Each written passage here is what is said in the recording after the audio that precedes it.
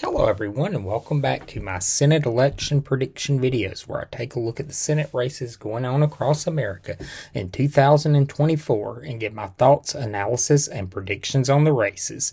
And today we are looking at the state of Wisconsin, the Badger State, and a seat currently held by the Democratic Party. The incumbent senator is Senator Tammy Baldwin. Senator Baldwin is in her second term. In 2018, Senator Baldwin's margin of victory was 10%. In 2020, Joe Biden won the state of Wisconsin with a margin of victory of less than 1%. In 2024, I'm not yet ready to make a prediction between Vice President Harris and former President Trump on who's going to win the state at the presidential level. Wisconsin is one of the most competitive states at the presidential level and could very well be the tipping point state in this presidential election, as Wisconsin has been a key state in the past 3 elections, with Trump winning it in 2016, Biden winning it in 2020, and then again this year in 2024, it being a competitive state where both candidates are spending considerable resources and time to win. However, I am ready to make a prediction on the Senate side. So let's take a look at the 2 nominees. The Democratic nominee is the current incumbent Senator Tammy Baldwin. Prior to serving in the United States Senate, Senator Baldwin served in the United States House of Representatives, representing a district primarily based in Dane County, which contains Madison, the state capital. Madison is one of the most liberal and progressive cities in the country, due in large part to the influence of the University of Wisconsin and being the seat of state government. And Senator Baldwin voted accordingly to her district as a very staunch and loud progressive liberal. Since joining the Senate, Senator Baldwin has maintained that liberal voting record, despite representing a state with a more considerably even electorate. However, she has found electoral success being elected very decisively to 2 terms in the Senate while maintaining a liberal voting record. Senator Baldwin also holds the distinction of being the first openly LGBTQ member of the United States Senate to serve. Senator Baldwin also was the first non-incumbent LGBTQ person elected to the United States House of Representatives when she was elected in the 90s. Senator Baldwin's driving force has been health care legislation, ensuring that all Americans have access to free health care, and also has been an advocate for LGBTQ rights.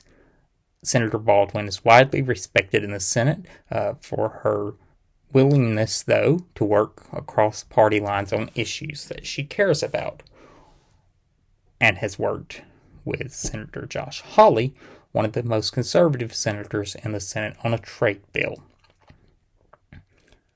The Republican nominee is businessman Eric Hovde.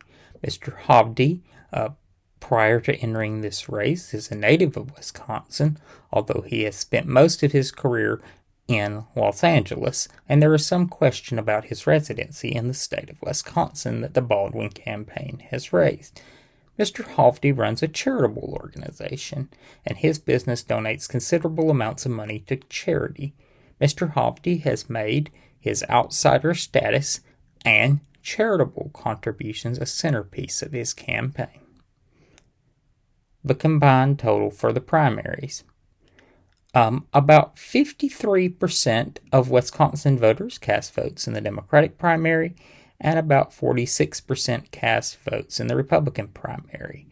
Both Senator Baldwin and Mr. Hovde did face nominal primary competition, but they both won with over 75% of the vote, each of them. Ms. Baldwin ran against write-ins, and Mr. Hovde ran against a couple nominal opponents. And his margin, his percent of the vote was like 80%. It was insane.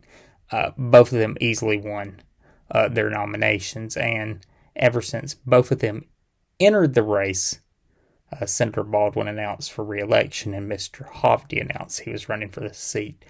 Both parties really got behind them as the nominees. Obviously, Ms. Baldwin due to her incumbency, and Mr. Hovde because the Republicans seen him after a couple of other candidates decided not to run as the best chance that they had to pick off this Senate seat. How do I see this race turning out? Well, obviously, as I'm filming this, we're late in the month of October. And this is obviously a Senate seat and a race I have thought long and hard about and looked at for a while. And for a while, it looked like Senator Baldwin was running away with it, but it's tightened up as I'm filming this in the closing weeks. But I don't think that's going to matter. I think Senator Baldwin is going to win this. She won easily in 2018. Obviously, that was a Democratic wave year, and she got really lucky by drawing a weak opponent. And in 2012, she beat former Wisconsin Governor Tommy Thompson. I think this is going to come down to the fact of Republicans are running, in my opinion, a dangerous game recently of where they're running people with a really low name recognition, businessmen that not a lot of people know about. They're, independently wealthy, so they can, in large part, fund most of their campaigns. But also with that comes the risk of, low name ID. Not only that, you can have stuff that comes out about them late in the race. I just think it's a dangerous proposition to get into, where you're not running people with a track record of being able to attract votes besides a primary. I think there's a lot to be said for a candidate that can prove that they can go out and get votes and win elections, and not just win a primary, but win a general election. And Senator Baldwin has a track record of being able to win elections, and I think also she's an experienced candidate. She knows that this race is getting tight, and that she has to hunker down, and that is valuable in a race that's close to having an experienced politician. So I think that Senator Baldwin will be elected to a third term in the Senate, and that will be a hold for the Democratic Party.